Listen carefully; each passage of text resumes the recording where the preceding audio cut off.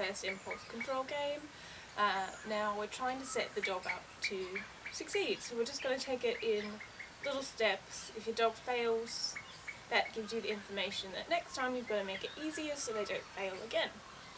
Now all you need is a bowl, you could use a dog's bowl or whatever bowl, with some low value food in it and some higher value food probably on your person. And all you do is just drop the bowl down a little bit and click for them remaining in position. Now if they stood up at that point, then you learn that next time you just move it just a tiny bit.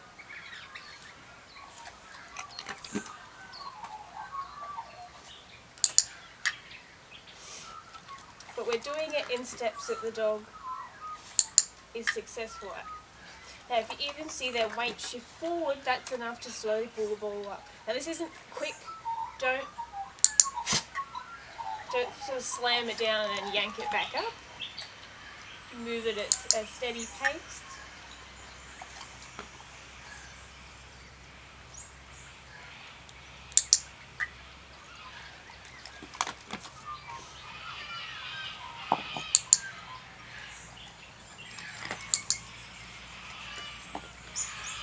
Once you're able to get the food down reliably all the way on the first go, you can then move on to the second game. So this next game is both a impulse control and a loose lead walking game. So the aim of the game is to walk up to the bowl of food on a loose lead, and that's how they get the reward from the bowl. But in the meantime, we have to teach them where the right position is. So on our way in, we're going to be going, yep, that's great, yep, that's where I want you to be, good loose lead walking. And the only consequence if they walk ahead of us is that we walk back to the beginning and we try to approach again. But you do need those food intermittently going down to let them know that they're doing the right thing, otherwise they don't really know what they're supposed to be doing. So make sure that in the way in, yes, yes, yes, good, good, good, and then when you get down there, that's when they get the final reward. So from as far away as you can get, you could be a lot further as you're going to start approaching and clicking and rewarding for good loose lead walking. And then at the end, sit. Just like the other game, you're going to reward the dog from the bowl. Part of this exercise you want to be particularly mindful for is the part where you're coming away from the bowl. If you don't stay engaged with your dog and you turn away, you do risk the dog thinking, oh, you've turned your back, I'll just grab the food. So make sure that when you're coming away, you use a cue, or you could even probably create a cue at this point in time to say one word enthusiastically, encourage your dog.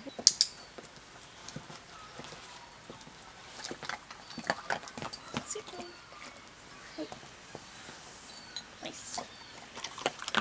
Let's go. Nice. Sit.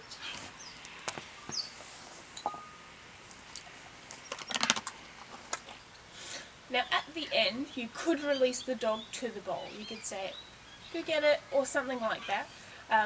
The only possible consequence is that your dog then anticipates that they're going to be released forward to the food, and that could make it harder for them to sit still to be fed.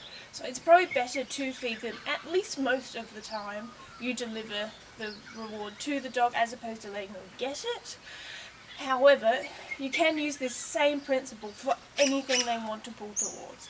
So if they want to desperately pull towards a smell on a walk, or they really want to pull towards a dog friend to say hello, you could have them on one end instead of the food bowl, and you use the exact same process.